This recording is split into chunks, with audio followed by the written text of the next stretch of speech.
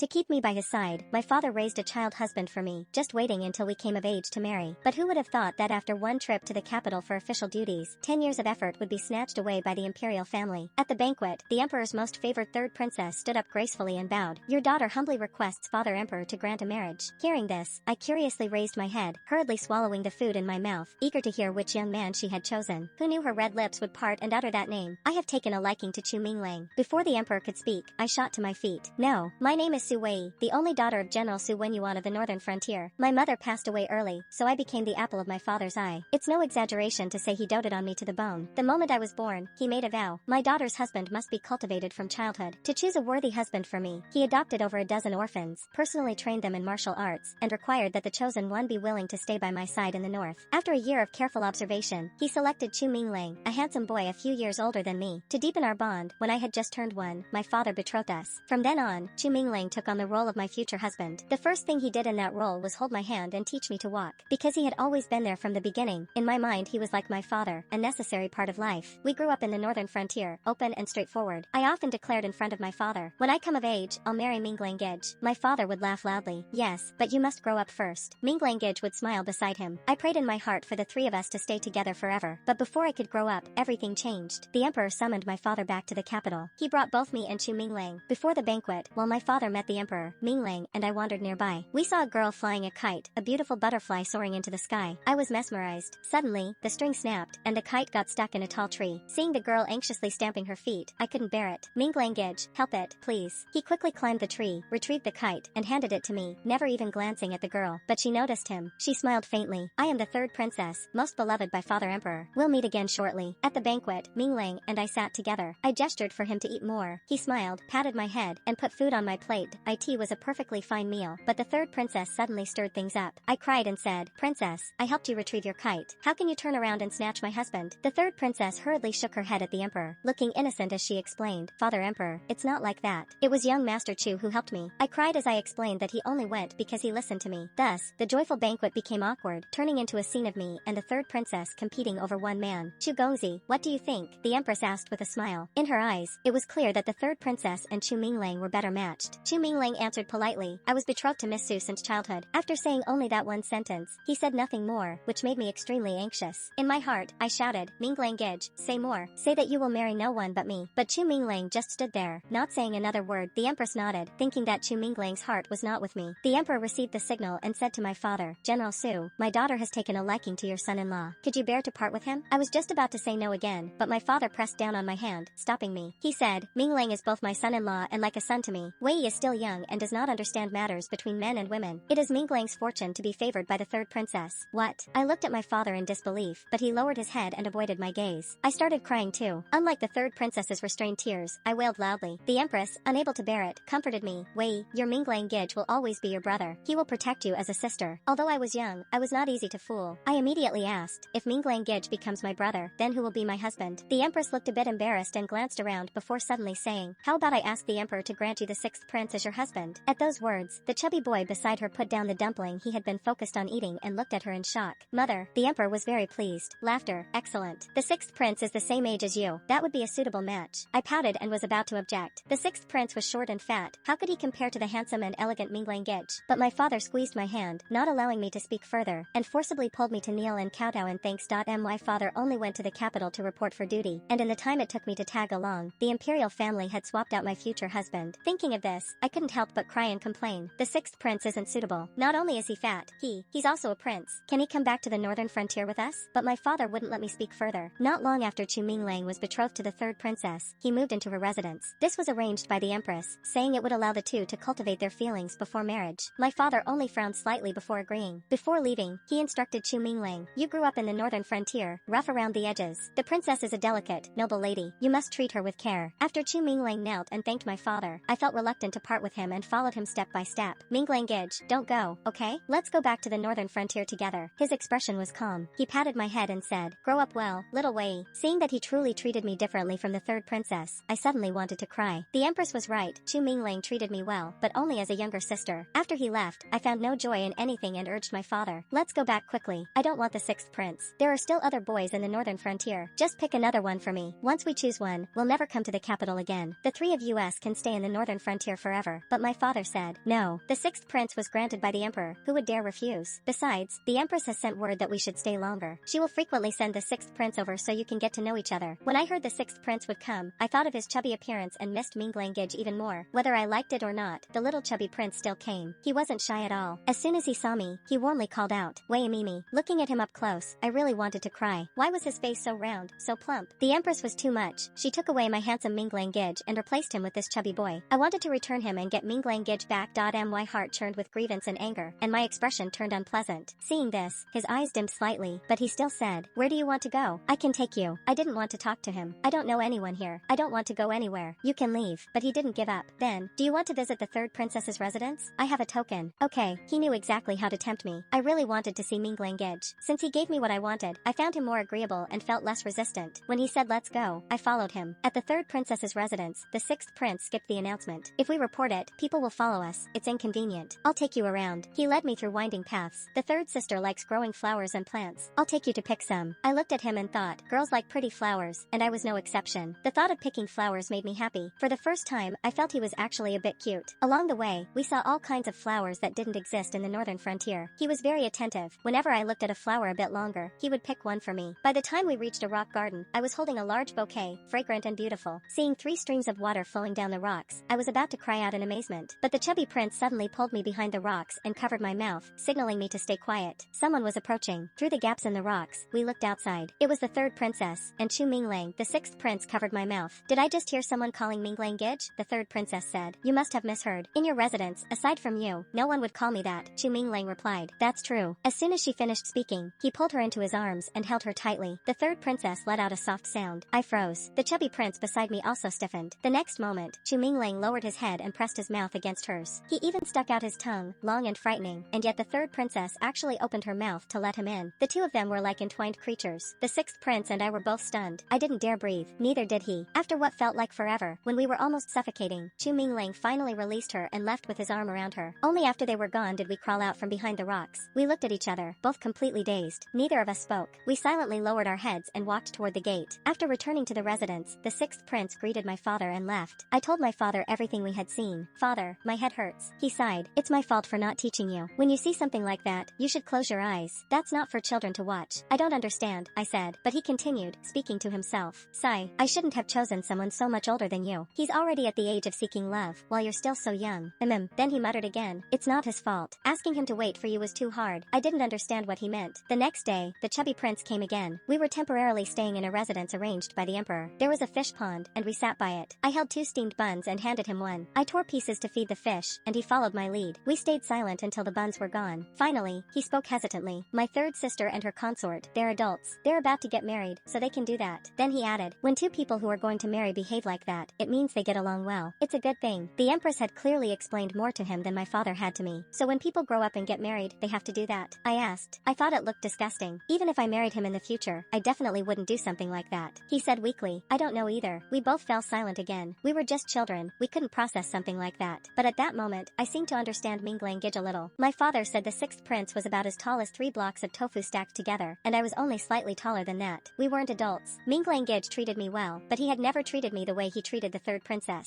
So that's why he could like her so quickly, because she was an adult like him. But what made someone an adult? What's the difference between adults and children? For example, me and the third princess? I asked the chubby prince. He thought for a moment, then said, "Chest. My third sister's chest sticks out, just like mother's. Yours is flat, like mine." He puffed out his chest to demonstrate. "Oh, I see. Now I understood. No wonder Minglangage always patted my head. That's how you treat a child." But with the third princess, he held her tightly. That's how you treat an adult. The empress's judgment was right. Minglangage was my brother, not my husband. Thinking this way, I suddenly didn't feel so sad anymore. A brother marrying a sister-in-law is a good thing. In the northern frontier, when a brother marries, the sister-in-law gives the younger sister a red envelope. Thinking of that, I couldn't help but smile. The sixth prince looked surprised. "You smiled. You're so pretty when you smile, like a flower blooming. Even prettier than my third sister, prettier than my mother." He was so good at flattering people. He even said I was prettier than his own mother. It made me embarrassed. To hide my happiness, I said, "The buns are gone." He replied, "Then let's stop feeding the fish. I'll take you to try snacks in the capital." At the mention of food, I didn't think much and followed him. We ate happily along the way. The chubby prince was actually quite nice. Time passed quickly. From that day on, the chubby prince came to see me every day, taking me around to play. In just 3 months, he had taken me through all the streets and alleys of the capital. One day, when he couldn't think of anywhere new to go, he asked me, "Do you want to come to the palace with me? My mother makes very delicious pastries. At the mention of food, I didn't think much and went with him. I had lost my mother at a young age. My father arranged for an elderly nanny to take care of me, but her hands were rough with calluses, and my father himself was rather coarse. With the Empress, I experienced for the first time the softness and warmth of a mother. She was gentle and attentive. Soon, I found myself drawn to her, unconsciously staying close by her side. One day, she asked me softly, "Wei, the sixth prince likes you. Do you like him?" I didn't dare answer immediately. I truly didn't know what liking meant. I thought I had liked mingling Gidge before. He often made me happy. But the sixth prince took me out to eat, and I was also very happy. After thinking for a long time, I said, if the sixth prince were a bit taller, then I would like him. In the northern frontier, girls prefer men who are taller than themselves. The Empress laughed and said to her son, "Did you hear that? You need to grow taller quickly." The sixth prince scratched his head shyly and said, "I'll go find Imperial Physician Gao later and ask him to help adjust things." The Empress laughed again. "Yes, you should. Imperial Physician Gao is the tallest in the palace. People say when someone grows taller, they also look slimmer. Once you slim down, you'll be the most handsome prince in the palace." I asked curiously, "Your Majesty, will the sixth prince really look good if he loses weight?" Looking at his round cheeks, I found it hard to imagine. The Empress laughed even harder. Then she asked me, "Wei, do you think I'm pretty?" I looked at her carefully. She was truly beautiful. I nodded, unable to take my eyes off her face. She said, "I only gave birth to 2 children. The third princess resembles the emperor. The sixth prince resembles me." Seeing my doubtful expression, she paused and added, "He used to look very much like me before he got chubby." I still didn't quite believe it. The Empress glanced at the sixth prince, clearly realizing she couldn't prove her point, so she changed the subject and asked him to take me to the koi pond. I loved feeding fish, so I immediately brightened up. The sixth prince went to the imperial kitchen and got a large bag of steamed buns. We went to the pond. At home, we only had one kind of carp. My father believed in practicality, so even the fish he bought could be eaten, though I had grown attached to them and refused to let him cook them. But here, the palace kept koi, yellow, red, black, and all kinds of mixed colors. They could be eaten too, but they were mainly for viewing. When I tossed in a handful of crumbs, the koi gathered to compete, their colorful bodies swishing through the water. It was breathtaking. I was so excited I waved my hands around. Look,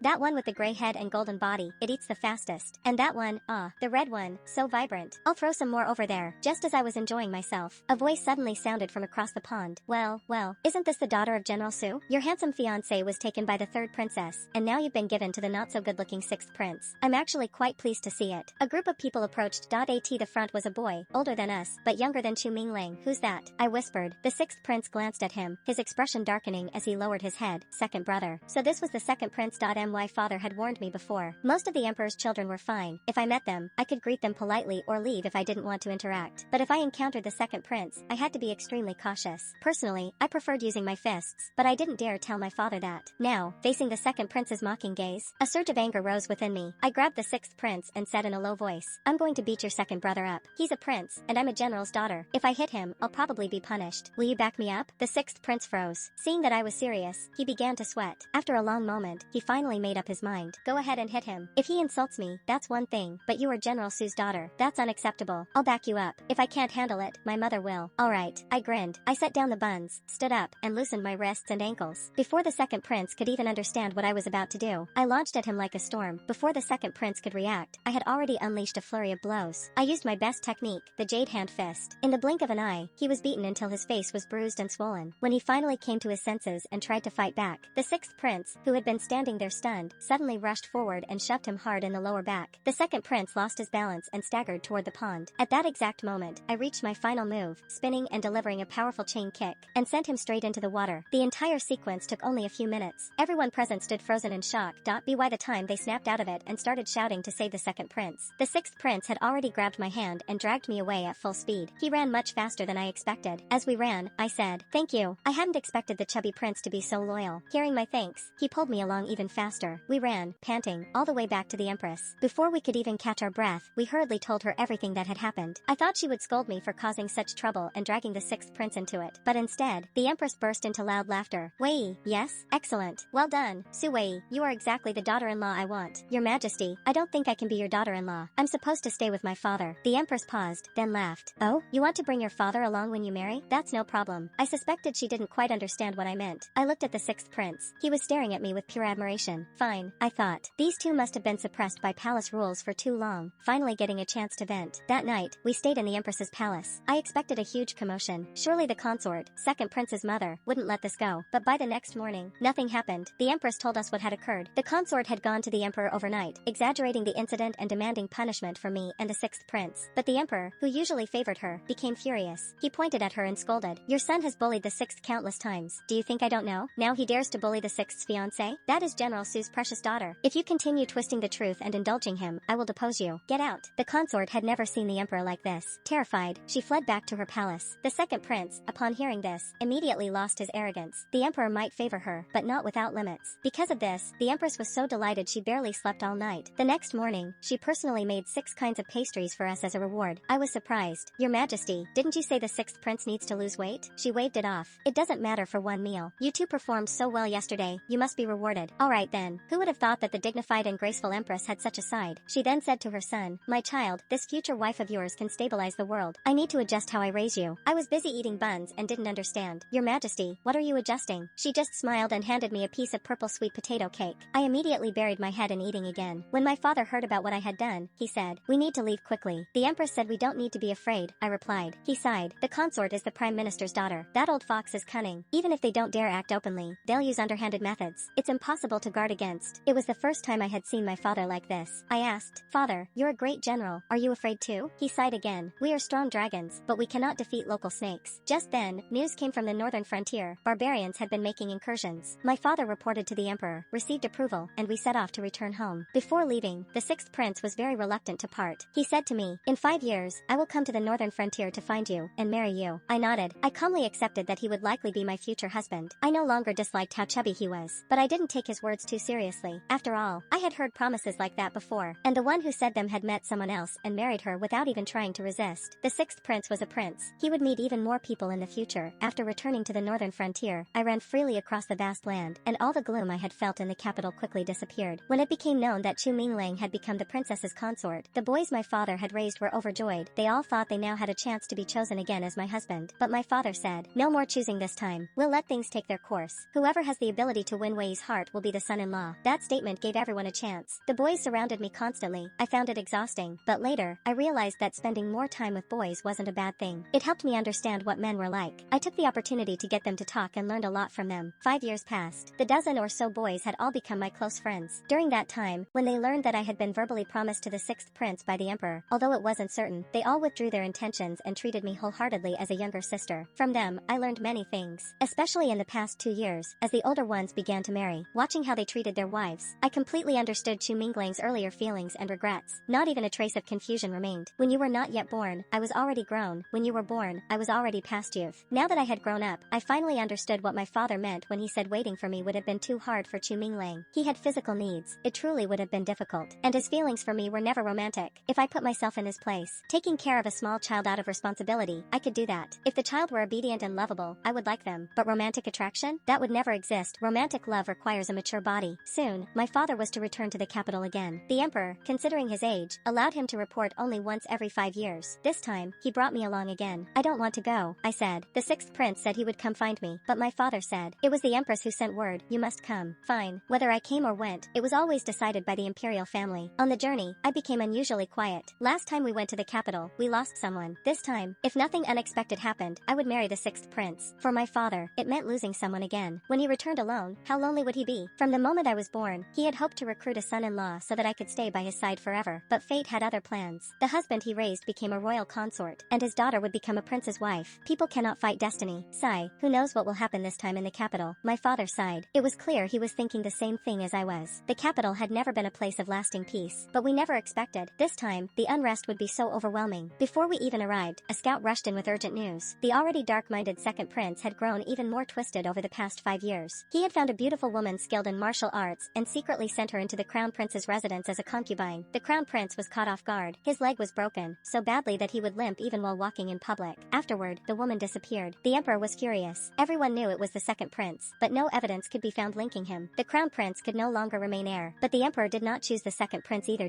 He said, there are only 2 rules for choosing an heir, either the eldest or the legitimate. If the eldest won't do, then the legitimate one will. And just like that, the sixth prince became the new crown prince. The second prince lost all hope. He went mad with rage and went to confront the emperor. The emperor, enraged, placed him under house arrest. My father said, even so, it's only confinement. The emperor still feels guilty toward him. Why? I asked. I didn't think the emperor had anything to feel guilty about. The empire was his. He could give it to whoever he wanted. My father didn't want to explain, but seeing my naive defense of the emperor, he said, you must never assume the emperor is good. That leads to fatal misjudgments. Then he revealed a secret of the imperial family. The consort, second prince's mother, should have given birth earlier than the other consort, but the emperor used methods to make the other woman give birth first. That woman became the mother of the first prince, the original crown prince. I was shocked. Childbirth is like walking through the gates of death, and yet the emperor manipulated it. He didn't treat women's lives as lives at all. The founding emperor had set a rule. The heir must be either the eldest or the legitimate son. If both existed, choose the eldest. The consort's family was too powerful, so the emperor feared them. Not only did he deny her the position of empress, he also deprived her son of being the eldest. So ruthless. Now I finally understood why the second prince was so twisted. If it were me, I would feel unbalanced too. But that was someone else's story. What concerned me more was my own future. The sixth prince is now the crown prince. A crown princess is different from a prince's wife. It concerns the fate of the nation. My father spoke carefully. With my rank and achievements, you are qualified. But, from a broader perspective, you may not necessarily be chosen. Then he added, being crown princess isn't so great anyway. You'd have to share your husband with countless women. At most, you'd get 2 days a month. It's fine, I said with a smile. If I couldn't be chosen, then so be it. After all, being rejected once or twice, I was already used to it. At 15, I was no longer the confused child I once was. I understood men now. If one partner doesn't work, just find another. Simple as that. My father didn't think as lightly as I did. He was worried I was just putting on a brave face, that if I were truly rejected, I would still end up crying. So he insisted on leaving me at an inn outside the capital, with several capable guards, while he entered the city alone to report for duty. He said he would leave in the morning and return by evening, but when night fell, he still hadn't returned, nor had any message come back. I began to feel uneasy. At that moment, a guard reported, the left censor-in-chief requests an audience. The left censor-in-chief? I had never heard my father mention him. A thought crossed my mind. Had something happened to my father? I hurried out to meet him, and found it was an old acquaintance, Chu Minglang. Dressed in official robes, he stood tall and imposing in the inn's main hall. The entire hall had been cleared, only he remained. I froze. When he saw me, he first looked me up and down, then his eyes filled with amazement. He quickly walked toward me, reaching out to grab my hand. I dodged, thinking I was just being shy. He didn't mind my avoidance. Smiling broadly, he said, Wei, long time no see. I stepped back slightly. For some reason, after all these years, I felt no joy, only a hint of annoyance. Why are you here? Did something happen to my father? I didn't want to exchange pleasantries. I asked directly. He said no. He said he had come to see me. Ignoring my coldness, he spoke eagerly, as if finally finding someone to confide in, telling me about the past 5 years, his marriage, the birth of a child, his wife's illness, his promotion. Your wife is seriously ill? I interrupted.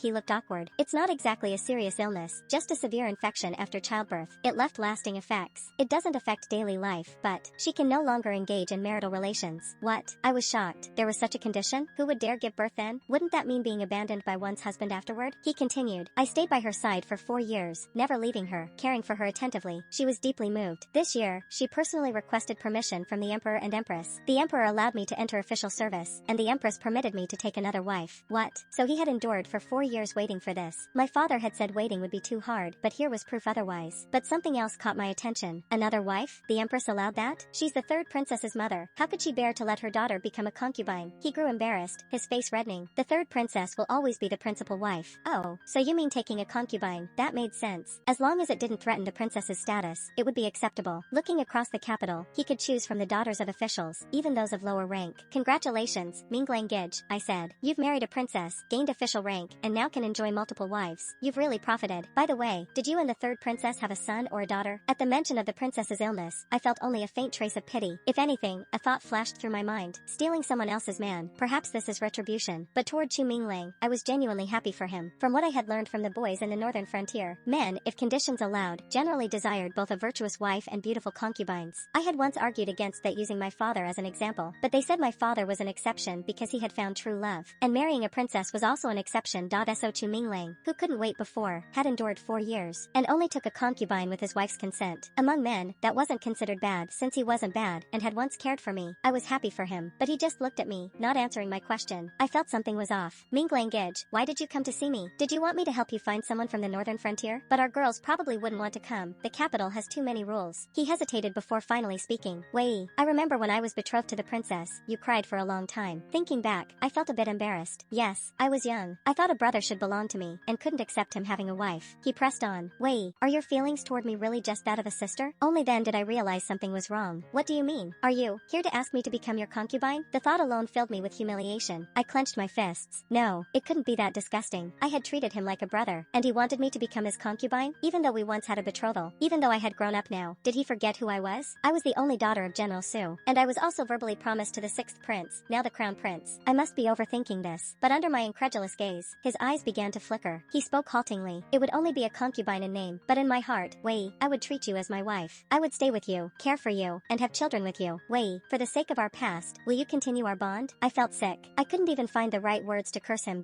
I began loosening my ankles. Before I could even move my wrists, a figure rushed in like the wind and punched Chu Mingling to the ground. Another figure followed and kicked him hard while he was down. I looked closely. The first was a handsome man. The second was my father. Chu Mingling saw who had come, and his eyes darkened. He struggled to his feet. Before he could even bow, both of the men who had struck him said in unison, "Get lost." Then the two of them walked toward me. The royal family is often deceptive, but the empress had spoken the truth. After losing weight and growing taller, the sixth prince, now the crown prince, was stunning beyond compare. He truly resembled the empress, even surpassing her, with a heroic and striking presence. When he learned I had arrived, he immediately came with my father to the inn. I stared at him. His nose, his brows, his eyes, his face. I tried to find traces of the chubby boy from before, but there were none. He said, "5 years ago, I wanted to hit second brother, but didn't dare. Today, I finally did." He smiled at me. "Wei, we finally meet again." I bowed. "Greetings, your highness the crown prince." He helped me up. "You don't need to bow to me." Then he naturally took my hand. I tried to pull away, but couldn't. My father stood to the side, his mouth twitching. But the way he looked at the crown prince was exactly like a father-in-law looking at a son-in-law he approved of. Chu Mingling, embarrassed, retreated far away. After bowing to my father, he left. Watching his departing figure, my father sighed. He overestimated himself, and overestimated your feelings for him. His impulsiveness had brought humiliation to me, and disgrace to himself. I watched him go. After all, he was someone from the past. The crown prince turned my head back toward him and said, a little jealously, "You are my crown princess. You're not allowed to look at other men." "What?" I immediately turned to look at him. "I am your what?" He smiled, a bright, radiant smile. "You are my crown princess, my wife." I nearly collapsed on the spot. My father beamed and nodded. "Daughter, the emperor and empress have decided. You are the crown princess." I was the crown princess. The empress arranged for me to enter the eastern palace early, with the same reason as before, to cultivate feelings before marriage. There was also a pond in the eastern palace, filled with koi, just like before. The crown prince sat by the pond, tossing pieces of steamed bun into the water. For all these years, my favorite thing has been feeding koi with buns. I walked over and sat beside him, taking a bun from his side and tearing it apart. "Didn't you say you didn't want to be crown prince?" Back then, after I beat the second prince, I had asked him whether he wanted to become crown prince. He said he didn't, but now, he was. I felt a bit wronged, as if I had been tricked. At most, I could be the sixth prince's consort. I'm not suited to be crown princess. Hearing the grievance in my voice, he smiled and pulled me into his arms. "Don't be upset. I agreed to become crown prince, for you," he explained. When he was younger, he had once gone to find the second prince and saw the consort in a frenzy, pushing and scolding her son, cursing the emperor for being ungrateful, for promising her the position of empress, then giving it to someone else, for promising her son the position of crown prince, then scheming it away. Back then, the second prince had knelt silently, saying nothing, until he swore he would fight for the throne. The crown prince's eyes reddened. Second brother used to be a cheerful child. After he began fighting for the throne, he became bitter. At the time, I thought my mother had taken his mother's position, so I let him bully me as compensation. But later, I grew angry and asked my mother why she had done such a thing. My mother told me she never wanted to be empress, nor marry father emperor. Everything was forced by him. She also told me, if I was truly angry, then I should fight for power. Otherwise, I wouldn't be able to protect anything. He held my hand. "Wei, my mother was right. Only by climbing higher can I protect you, my third sister, and my mother." I thought about it. He was right. The second prince didn't dare provoke the crown prince, but he dared to bully the sixth prince. It all came down to status. Power mattered. No matter who became emperor, we would be in danger. "So, you wanted to protect me, but that doesn't mean I have to become your crown princess, right? You don't want to be with me?" he asked, blinking his long lashes at me. My heart skipped. He was too good looking. I lowered my head and admitted, "I do, but you'll have many consorts, and I'll have to manage them. I'm afraid I'll get angry and won't be able to handle it." He laughed, pulling me closer. "No, my father takes women into the palace for balance and heirs. I don't need that. If someone else is more suitable to be emperor, I'll give up the throne. If my children are unsuitable, we'll choose from the clan. I don't want possession. I only want to protect." I hugged his arm and started crying. "No, you mustn't give it to others. You will be the best crown prince, the best emperor, the best father. You must work hard. Don't yield." He laughed softly. "All right." We married at 17. The wedding was delayed 2 years, from the empress's original plan, because of me. Even though I liked how handsome he had become, whenever he got too close, I felt uneasy. The memory of what I had seen between Chu Mingling and the third princess had left a shadow in my heart. I was afraid of him getting close, afraid of that kind of intimacy, but he never forced me. He stayed by my side, neither too close nor too distant, until one day, I discovered that the entire garden of the eastern palace was filled with the flowers I had once picked. Every single one was in bloom. In that moment, my heart was overwhelmed with joy. When I looked at him again, he seemed like a god. He seized the moment, stepped closer, and before I could react, he gently pressed his lips against mine. Soft, brief, gone in an instant. I was stunned, but what surprised me even more was that I didn't feel disgusted at all. It was soft, warm, like a current passing through me, so I grabbed him in return, and imitated him, brushing my lips against his. Not disgusting, soft, electric. Seeing his shocked expression, I burst into laughter. I was normal again. His eyes curved into a smile like a blooming flower. "Wei, let's get married soon." For years later, I gave birth to a daughter. Her bright, lively eyes were just like mine when I was young. We all adored her. the one who loved her most, was my father. He held her constantly, unwilling to let go. He never returned to the northern frontier again, choosing to stay in the capital. The emperor granted him the highest civilian position in the military. The empress had requested it, saying, "The crown princess must not be without family by her side." My father was happy. He was getting older and couldn't bear to be far from me, though he had his own residence in the capital. He visited the Eastern Palace twice every day, just to see his granddaughter and me. After giving birth, my recovery was smooth. My relationship with the crown prince grew even closer. My father sighed. "Fortunately, you didn't suffer the same illness as the third princess." Speaking of Chu Mingling and the past, he said, "When you were born, I feared you would marry far away. I tried to raise a husband for you so you could stay by my side in the northern frontier, but in the end, I was the one who traveled far to join you." "Daughter, there's no difference," I said with a smile. "As long as we're together, it doesn't matter where we are." He nodded. "That's true. Whether in the capital or the northern frontier, where my daughter is, that is home." By daughter, he meant both me and my daughter. Seeing us so affectionate, the crown prince couldn't resist joining in. Without asking, he wrapped one arm around me and the other around my father. "Where there is a daughter, I will guard that home." Being hugged by a grown man, my father's mouth twitched again, and my daughter, grinning widely, looked toward her grandfather and her father, and spoke her very first word in life, "Father."